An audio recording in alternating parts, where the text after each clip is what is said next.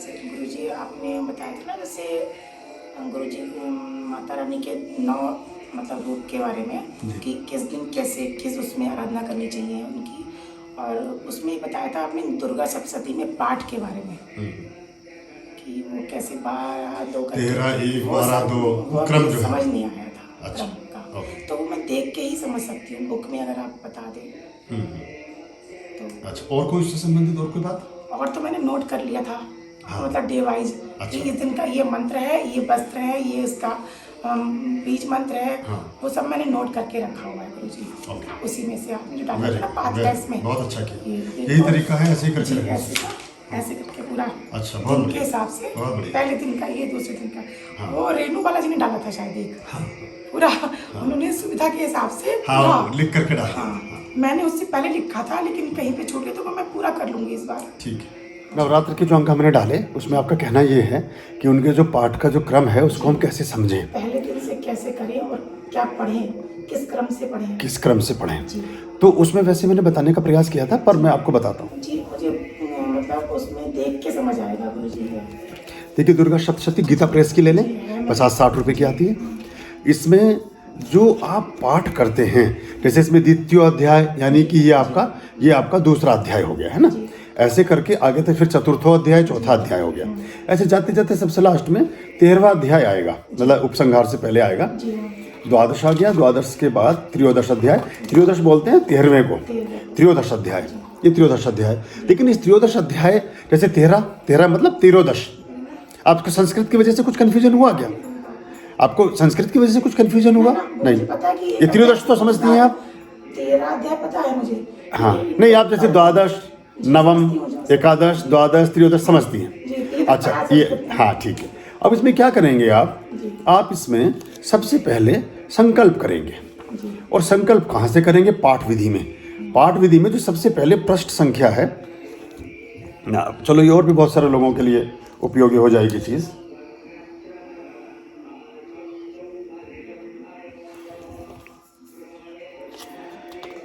Again Durga Saptashati Gita press की आप लेंगे, और इसमें पृष्ठ संख्या 9 पर दुर्गा अष्टोत्तर शतनाम स्तोत्रम है, यहाँ से आप शुरू करेंगे, पाठ कर लेंगे प्रणाम करके, ठीक है। इसके बाद पाठ विधि लिखी हुई है। पाठ विधि में सारा कुछ लिखा है कि साधक स्नान करें, पवित्र होकर आसन शुद्धि करें, फिर आसन पर बैठे, फिर शुद्ध जल ले लें, पूजन सामग्री ले लें, दुर्गा सप्तशती की पुस्तक रखें, काष्ठ की जो रहल होती है उसमें पुस्तक रखें ना, पूरा विधान दिया हुआ। फिर इसके बाद इसमें आता है कि यहाँ आप जो तत्व शुद्धि के लिए 4 बार आचमन लिखा गया है। तो हम आचमन करते हैं ना जल के साथ, जैसा आप यज्ञ में करते हैं, तो तत्व शुद्धि के लिए वो आचमन करना होता है, जिसमें ओम ऐं आत्म तत्वम शोधयामि नमः स्वाहा, उसको जल को पी लेंगे आप। ये 4 मंत्र हैं। अभी चूंकि वैसे तो उनको इस तरह से नहीं करते, पर समझाने के लिए बताना पड़ रहा है। तो ये ओम ऐं आत्म तत्वम शोधयामि नमः स्वाहा, ये आपने 4 ये पी लिए। फिर इसके बाद आपने 4 बार ये आचमन करने के बाद फिर देवता गुरुजनों को प्रणाम करके, फिर जो आपने कुश की पवित्री रखी है, कुश की एक छोटी सी पवित्री बनती है, उसको पास में रखते हैं। कुश जो घास हाँ है ना, छोटा सा उसका एक वो बनाना होता है, उसे उंगली में भी पहन लेते हैं और साथ में वैसे भी रखते हैं। हाँ, वो पवित्री उसको बोलते हैं। तो प्राणायाम करके गणेश भगवान जी जो भी आपके सबका एक स्नान ध्यान करके, और वो आप उसको फिर प्रारंभ करते हैं। फिर आप संकल्प करते हैं, विष्णु विष्णु विष्णु, फिर यहाँ सारी चीज़ें आएंगी इसमें, है ना। पूरा उसकी एक पर्ची बनाकर रख लें पंचांग के कैलेंडर से, कि अमुक नाम, गोत्र, स्थान, नक्षत्र, मास, पक्ष, वो सब उसमें लिखा होता है। तो वहाँ से आप लिखें कि अमुक पक्ष, जैसे ये आएगा आपका कि आश्विन मासे शुक्ल पक्ष है ना, प्रथम दिवसे, फिर उस दिन का जो नक्षत्र है, जो दिवस है, तिथि है, सारा देख करके पंचांग से या कैलेंडर से नोट करके छोटी सी पर्ची बनाकर अपने पास लेकर बैठें। तो जहाँ जहाँ वो आता जाएगा हम उसको बोलते जाएंगे आप, है ना। तो ये जैसे इसमें आया है कि ये ओम विष्णु विष्णु विष्णु ओम नमः परमात्मने श्री पुराण पुरुषोत्तमस्य श्री विष्णुराज्ञा प्रवर्तमानस्याद्या श्री ब्रह्मणो द्वितीय प्रारार्धे श्री श्वेत वाराह कल्पे वैवस्वत मन्वंतरे अष्टाविंशतमे में कलयुगे प्रथम चरणे। अभी आपका सारा कालखंड और किस जगह आप बैठे हैं इस ब्रह्मांड में, इस पृथ्वी को आप रिप्रेजेंट कहाँ से कर रहे हैं, उस सब का वर्णन है ये, कि आप भूलोक में कहाँ है, कौन सा काल चल रहा है, कौन सा युग चल रहा है, कौन सा समय चल रहा है। फिर इसके डिटेल्स आगे जाती हैं। कलयुग का प्रथम चरण चल रहा है, जम्बूद्वीप है, भारतवर्ष है। जम्बूद्वीप जो पूरा का पूरा पृथ्वी है, ये पृथ्वी जो हमारी जम्बूद्वीप के रूप में जहाँ आबादियाँ हैं, उसमें जो भारतवर्ष, उसका छोटा सा एक देश भारतवर्ष है, उसमें हम हैं। भारतवर्ष से भरतखंड है, आर्यवर्तांतगत ब्रह्मावर्तिक देशे पुण्य प्रदेशे, किस प्रदेश में हैं आप? उत्तर प्रदेश है, यहाँ बोलेंगे। फिर बौद्धावतारे वर्तमाने यथा नाम संवत्सर का नाम बोलेंगे, वो आपको वहाँ से मिल जाएगा। अमुन कायने महामांगल्य प्रदे मासानाम उत्तम अमुक मासे।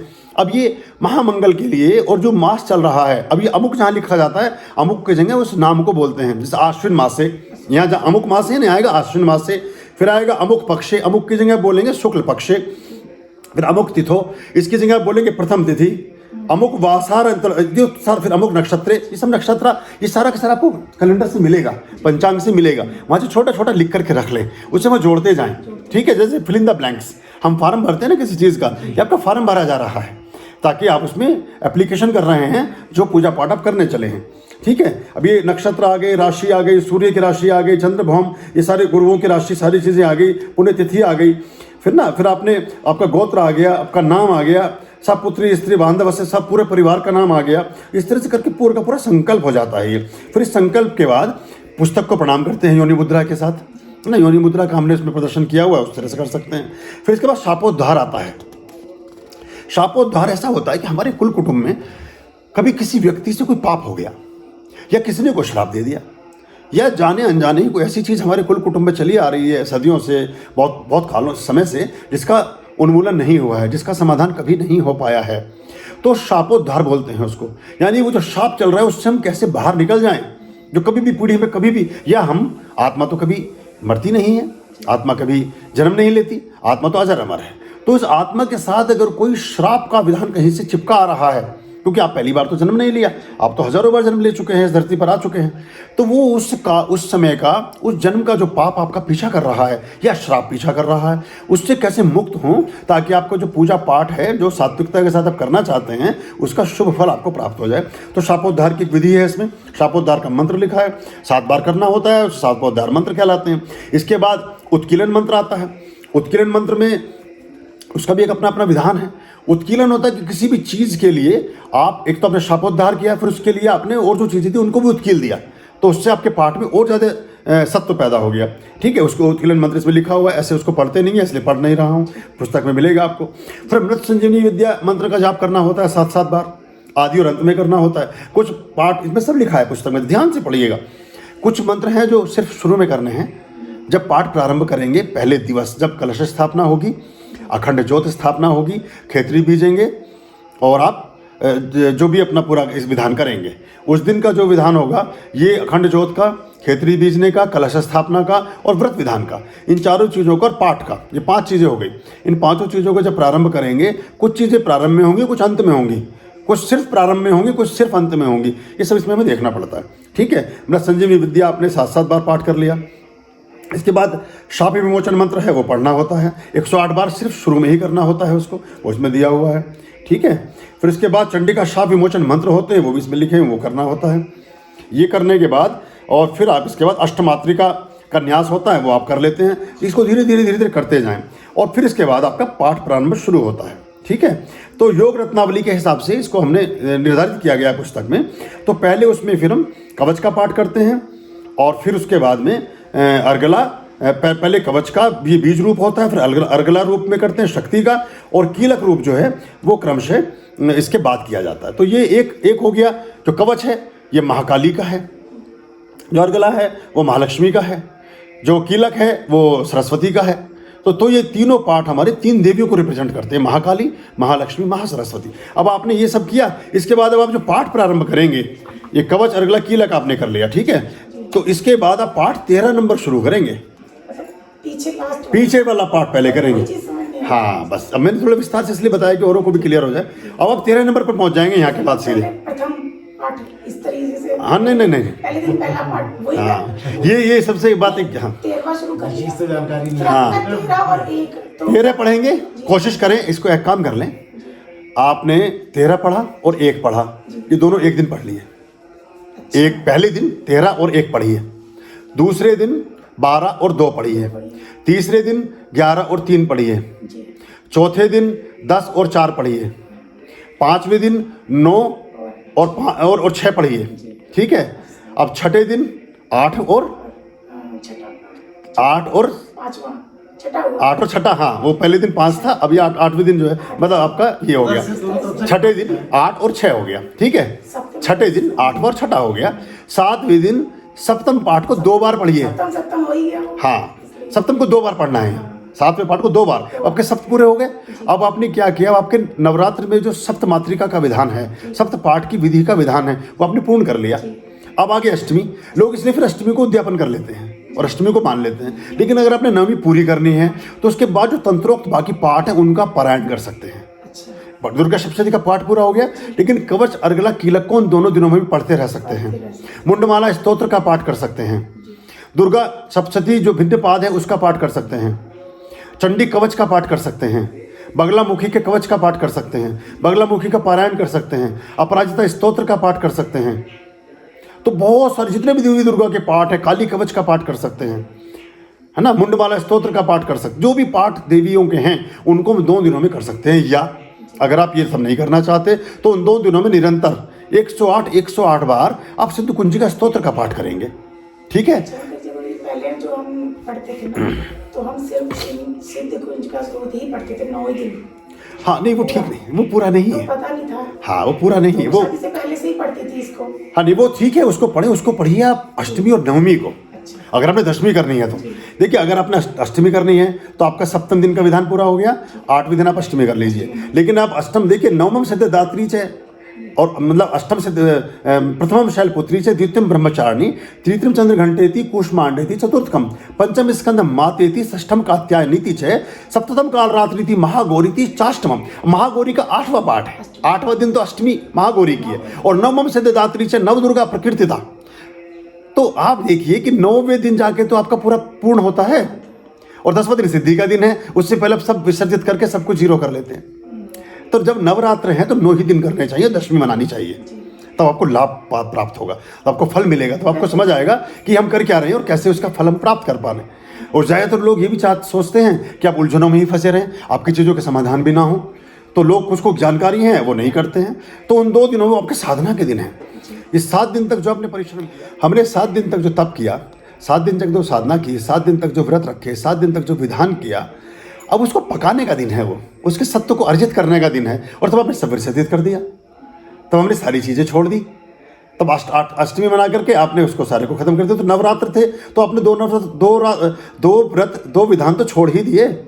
आपने अष्टमी भी छोड़ दी, नवमी भी छोड़ दी, और विजयदशमी मनानी चाहिए एक्चुअली, पर ये ऐसे नहीं हम करते हैं। तो उस समय बहुत सारी चीज़ें, समस्याओं का सामना करना पड़ता है, ये कुछ चीज़ें अधूरी रह जाती हैं। तो जिस दिन हमें सिद्धिदात्री, जब हमारा सिद्धि का दिन था, उस दिन तो हम खा पी के सब कुछ उल्टा सीधा करके अपने नॉर्मल रूटीन में आ गए। तो मिलेगी कैसे सिद्धि? सिद्धि मतलब कार्य में सफलता, वो उद्देश्य, जिस उद्देश्य से आपने इस पाठ को प्रारंभ किया। अब मैं ऐसा मान के चल रहा हूँ कि आपने 9 दिन पूरे किए, अगर हमने 7 दिन पूरे किए और अष्टमी ही मनाने का विधान, लोगों की समझ में प्रयोग आती नहीं है।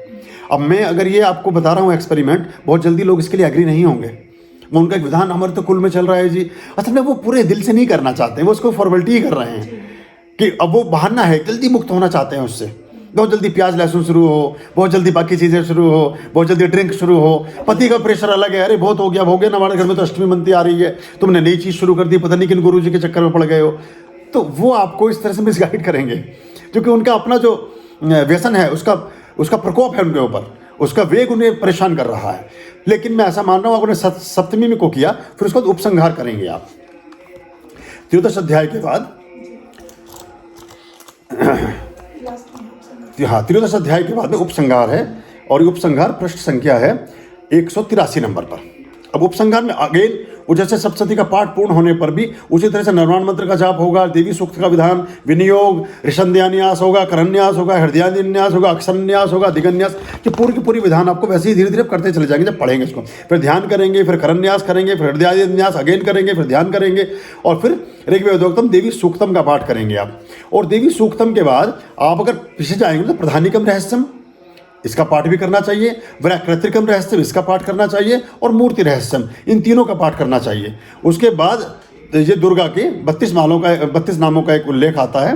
दुर्गा द्वात्रिशन्ना माला कहलाता है ये 224 नंबर पृष्ठ पर इसको करना चाहिए। और फिर आप अपराध क्षमा का पाठ करेंगे, या अपराध जो भी हमसे गलती हुई है, कोई चीज़ हुई है, क्षमा प्रार्थना का पाठ है, ये हमें करना होता है। ये पृष्ठ संख्या 226 पर है, ठीक है, ये आप यहाँ तक पहुँच गए। अब इसके बाद 230 नंबर पर सिद्ध कुंजिका स्तोत्र है, इसको आप पाठ इसका भी कर लें और बाद में बस आप जो संपुट मंत्र हैं उनका पाठ करें।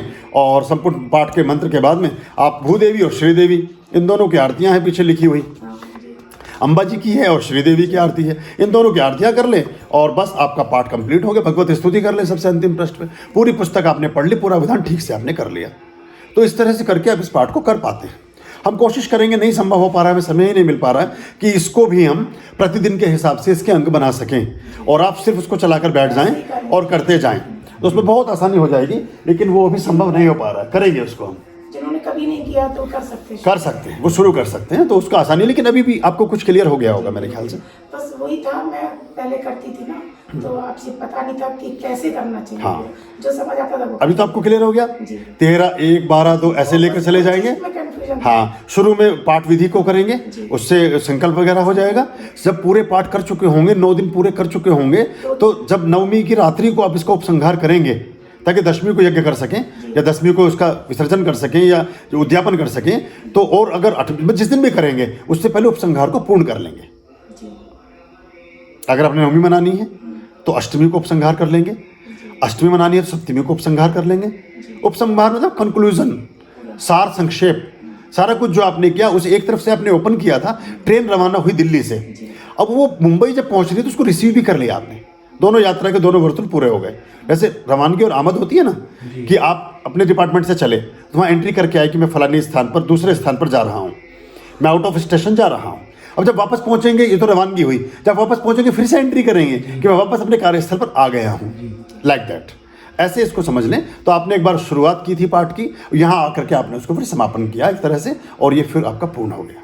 गुरुजी, ये केस में ये हो जाता है मुझे, जैसे पाठ हम कर रहे हैं सुबह, जैसे बहुत जल्दी होती है, उतना पूजा कर ली, तो पाठ है शाम को भी कर सकते हैं? कर सकते या सुबह ही करना है सब सिस्टम के साथ? सवेरे जैसे जो नियमित पाठ हैं, बहुत अच्छा प्रश्न है ये भी। जैसे नियमित पाठ हैं 12, 1, 13, 2, 13, 1, 12, 2, वो आप अगर जैसे सवेरे आप फ्रेश भी हो जाएंगे, अल्पाहारी भी होंगे, आपने खाना भी नहीं खाया होगा, आपको निद्रा भी नहीं आ रही होगी, आपको आलस्य भी नहीं होगा, प्रमाद भी नहीं होगा, आपके वस्त्र भी स्वच्छ होंगे, आपका मन भी शांत होगा, तो अगर सवेरे सवेरे उस नियमित क्रिया को तो सवेरे ही कर लें। जैसे कुछ लोग होते हैं जो दुर्गा सप्तशती का नियमित पाठ करते रहते हैं, उसमें उन्हें सिद्ध कुंजिका भी करना होता है और कवच अर्गला कीलक भी करना होता है, उनको वो उसी क्रम से करते रहें, शाम को कर लें, दिन में कभी भी कर लें। लेकिन जो 2 पाठ हैं, नियमित जो पाठ हैं, जो हमने संकल्प जिसका उठाया है, उनको अगर प्रातः ही कर लें, स्नान मतलब ठीक से निवृत्त हो गए, तो पूरे दिन के लिए आपको एक पीस ऑफ माइंड आ गया। पता नहीं, अब बाहर कहीं जा रहे हैं पौधे के साथ, कोई वहाँ से छोटा मोटा कोई इंसेक्ट लग गया, कहीं से कोई छींटा आ गया, इन बिटवीन स्नान करने के और वॉशरूम जाने के बीच में आपको कुछ थोड़ा सा शुद्धि नहीं रही उतनी, किसी प्रकार का ऐसा हो जाता है बहुत बार, तो फिर वो चीज़, वो मन में वहम नहीं रहेगा और वो दोष होने की संभावना भी नहीं रहेंगी। तो मैं आपको सुझाव दूंगा कि आप सवेरे ही, जब सबसे पहले अपनी राह आ रही हैं, कुछ खाया भी नहीं है, कुछ भी नहीं है, आपका मन सब शांत है, शरीर भी ठीक है, दोनों पाठ तभी निपटा लें और फिर आप मुक्त हो गए दिन भर के लिए। जो नियमित पाठ बाकी करने हैं करें, नहीं करने ना करें। बाकी कीलक वगैरह वो शाम को भी कर सकते हैं, कभी भी करिए फिर आप, पाठ सुबह, क्योंकि उनका आपने संकल्प नहीं उठा रखा है। वो 1% नहीं भी करेंगे तो भी चलेगा, क्योंकि उसका कोई संकल्प नहीं है। संकल्प का बड़ा एक गहरा महत्व है। आपने वादा किया है परमात्मा से कि ये मैं प्रतिदिन ऐसे करके करूंगा, उसको फिर करना चाहिए। गुरुजी, पिछली बार क्या हुआ, जब भी मैं कुछ सोची थी ये पूजा करूंगी, तो मेरा कुछ फिजिकल ऐसा वो था क्रम की, वो नहीं कर पा रही थी मैं, तो पिछले साल मेरा कोई काम नहीं हो पाया। कोई बात नहीं, ऐसा हुआ, कोई बात नहीं। दीपावली को भी मैं वो जो श्री सूक्तम का 108 वाला मैंने पूरा सोच लिया था कि मैं करूंगी आराम से बैठ के। अच्छा किया, लेकिन सोच लिया, लेकिन फिर वो बैठ नहीं पाई पूरा। अच्छा, कोई बात नहीं, ईश्वर की जो मर्जी है। ये हुआ। और जैसे कोई, अगर हमने किसी, क्या इस डायरी में आपने कोई मंत्र भी लिखे हैं? मंत्र नहीं लिखे, सिर्फ विधान लिखा है? मंत्र बस नवरात्रों के मैंने उसमें से देख के लिखे। नहीं, कोई नहीं, कुछ मंत्र लिखे हुए हैं? मंत्र नहीं लिखे। मंत्र नहीं, सिर्फ मंत्र का विधान लिखा है, कैसे करना है। नहीं, आपने क्या लिखा है इसमें डायरी ये में? मैंने वो लिखा है, जैसे पहले दिन क्या करना है, जैसे मैं पढ़ाती हूँ आपको एक। बस मैं इसलिए पूछना चाहता था कि अगर आपने इसमें कोई मंत्र लिखा है तो उसको आप गोद में नहीं रखेंगे फिर। अच्छा। हाँ, हाँ, अगर आपने कोई भी मंत्र लिखा है या मंत्र की कोई भी पुस्तक है, लिखा है, हाँ, उसको गोद में नहीं रखनी जैसे है। गुरुजी ये 5वें दिन हमें नाभि से नीचे कभी नहीं रखते हैं उसको। कभी कभी ऐसा लेटे हुए हृदय पर तो रख सकते हो 1%, वैसे तो नहीं रखना चाहिए, पर लेकिन गोदी में नाभि से नीचे कभी नहीं रख सकते हैं आप। बहुत से लोगों को मैंने देखा है घुटनों पर रखी हुई है पुस्तकें, कोई फायदा नहीं है उसका। सुन लो, घुटने पर रख के नहीं पढ़ना। हाँ, नेवर, कभी नहीं। और वैसे भी सिर्फ पूजा पाठ मंत्र की पुस्तकें ही नहीं, अपनी विद्या की पुस्तकें भी पैरों पर रखकर नहीं पढ़ना चाहिए। भोजन की थालियां, भोजन की प्लेट अपने पैरों पर रखकर कभी नहीं खाना चाहिए। समझ लो ये भी काम, ये बहुत गहरी बात है। पलोथी मार कर नीचे बैठिए, एक स्टूल ले लो, मेज ले लो, कुछ ले लो, ऐसे करके खा सकते हाँ खा सकते हैं, कोई बात नहीं। हाँ वो भी ठीक है। तो कभी भी घुटनों पर रखकर भोजन मत करिए, वो बीमारी पैदा करता है। ऐसे ही जो शास्त्र के जितने भी वेद के मंत्र परमात्मा की वाणी है, और परमात्मा को एक तरफ पैरों पर रख रहे हैं, मतलब तो अगर सोच देखा जाए तो ये एक बात। क्षमा करिए गुरुजी, नहीं कोई बात नहीं, हाँ नहीं मैंने बस कोई बात नहीं। देखो मैं नहीं बताऊंगा तो कैसे सीखोगे। गुरुजी पता है चलना नहीं, ये चाहिए। लोग यहाँ पर रख के पढ़ते हैं। जैसे हाँ, कि नहीं, ये मैं वो नहीं आपको बता रही हूँ, ये जैसे मैंने छठा अंक का है, इसमें है ये जैसे अंक 4 शैलपुत्री, जी। चौथे दिन शैलपुत्री का, हाँ तो वो मैंने लिखा है उनका मतलब, नहीं, पहले दिन शैलपुत्री होती हैं, चौथे दिन कोषमांडा होती हैं, मुझे भी दिख भी नहीं रहा सही से। लो जी लो। तंत्रोक्तम देवी, चौथा दिन कोषमांडा देवी का है। मैंने सबके ये मंत्र लिखे हैं इधर, प्रणाम मंत्र। हाँ प्रणाम मत। प्रणाम मंत्र पहले दिन का, ये जो है पहले दिन की देवी जी है उनका, पहले दिन का, फिर द्वितीय दिन का, तीसरे दिन का, चौथे दिन का, इस तरह से लिख लिया। हाँ ठीक है। आपको इसमें 8 और 9वें दिन का प्रणाम मंत्र नहीं मिल रहा होगा, छूट भी मैं समझ गया। जी। हाँ क्योंकि फिर जो क्या होता है ना, जैसे अभी मैं धुन में हूँ कर रही हूँ, फिर जो छूट गया तो फिर जल्दी नहीं हो पाता है। ये देखिए इधर मैंने मंत्र लिख रखे हैं, ये पूरे जैसे 9 दिन का लिख रखा कि पहले दिन की कौन सी देवी, फिर तीसरे चौथे दिन हाँ वो पूरे ठीक देवियों के है, नाम। रंग भी लिखा है, सब लिखा है, चलिए तो अच्छा जी, कर रखा है आपने। ये 4-5 लिखे हैं मैंने। हाँ तो आपको क्या इसमें कहाँ अटक गई आप? नहीं गुरुजी, ये तो और भी मैंने उसमें समझ लिया था, मैं वही अटक गई थी, पाठ का क्या क्रम था, जैसे अगला 13-1, तो मुझे समझ नहीं आया 13 पढ़ूं कि 1 हाँ, नहीं कोई बात पढ़ूं, ये समझ नहीं आया था। अब चूंकि आपने इसमें मंत्र लिख लिए हैं जी, तो इसको आपने अभी मैं बाद में और नोट करूंगी, भी इससे पहले सारे नोट कर लूंगी मैं। इसमें एक संशय ये आ लास्ट सकता ये है, करा था फिर इसमें आपको अष्टमी और नवमी का प्रणाम मंत्र नहीं मिला होगा। अष्टमी और नवमी का प्रणाम मंत्र, अष्टमी और नवमी में सिद्ध कुंजिका ही चलेगी, चूंकि इसलिए हमने नहीं 7 दिया। दिनों का ही बताया, 7 दिनों का ही बताया, विधान 7 का ही है। 2 और हमने आपने भी बताया था कि वस्त्रों का भी हम 2 दिन के लिए कोई भी पहन सकते हैं, Yes. व्हाइट या लाल हाँ, कुछ भी, हाँ। ये भी था। हाँ। जी ठीक है। जी। आर्यं शरणं शुभमस्तु, संभो करणम् अरमस्तु। आर्यं शरणं शुभमस्तु, संभो